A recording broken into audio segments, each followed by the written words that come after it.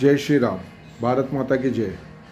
इंदौर शहर में भवन निर्माण से जुड़े हुए 4 लाख मजदूर कार्य करते हैं, जिसके अंदर से बहुत सारे मजदूर बाहर से आए हुए हैं और बहुत सारे मजदूर इंदौर के हैं।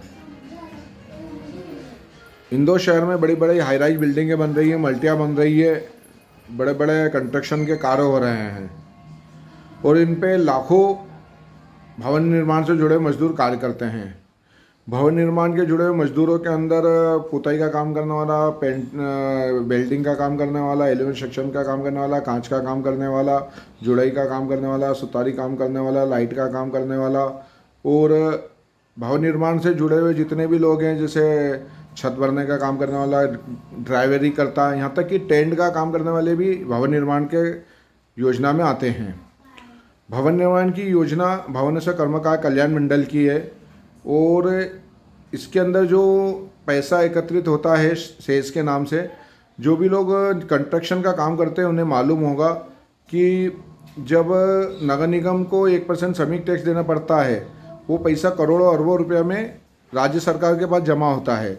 उसी पैसे का इस्तेमाल जो श्रमिक होते हैं भवन निर्माण से जुड़े हुए उनके लिए करना चाहिए।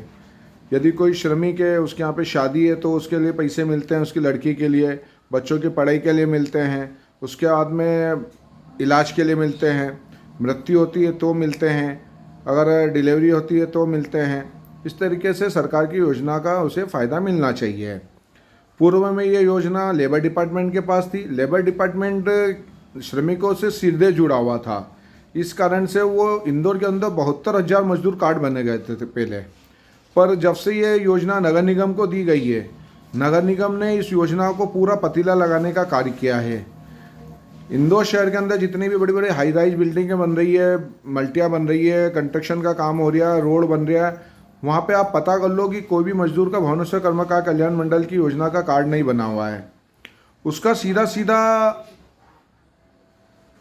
जो नुकसान होता है वो श्रमिक को होता है कि श्रमिक के नाम से हम जैसे लोगों से सरकार पैसा तो ले लेती है, पर उस श्रमिक तक वो पैसा पहुंच नहीं पाता है। या तो सरकार वो पैसा नहीं ले, क्योंकि पैसा भी जो ले रही है निर्माण कार्य जो करते हैं उनसे, वो हमसे ही लेती है। या तो पैसा नहीं ले, यदि पैसा ले तो श्रमिक तक पहुंचाया जाए। इसके अंदर सबसे ज़्यादा जो फेलवर सिस्टम है वो नगर निगम का है। नगर निगम को ही पंजीयन करने का कार्य दिया गया है कि वो जो श्रमिक है उसका पंजीयन करने का काम नगर निगम के पास होता है।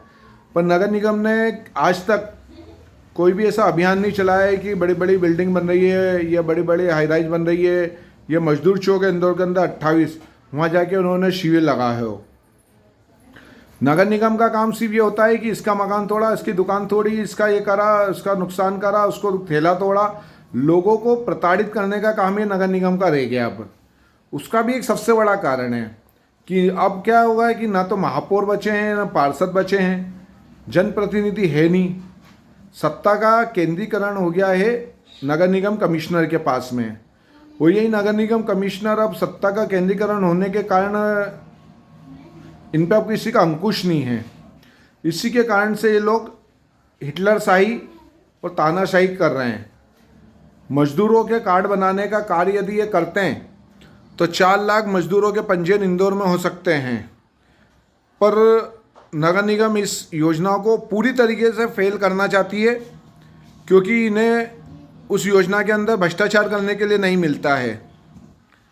मैं मुकेश शर्मा, असंगठित मजदूर महासंघ का प्रदेश अध्यक्ष, नगर निगम से हाथ जोड़ के निवेदन करता हूं कि ये सरकार की योजना उन गरीबों तक पहुंचाओ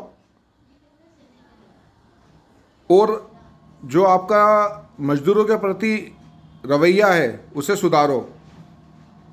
अगर कोई मजदूर है और भवन निर्माण से कार्य करता है और उसकी डेथ हो जाती है तो उसको 4 लाख रुपए मिलते हैं। इंदौर शहर में एक साल में कम से कम 10-12 मजदूर मर चुके हैं, पर एक भी मजदूर को उस योजना का फ़ायदा नहीं मिला है।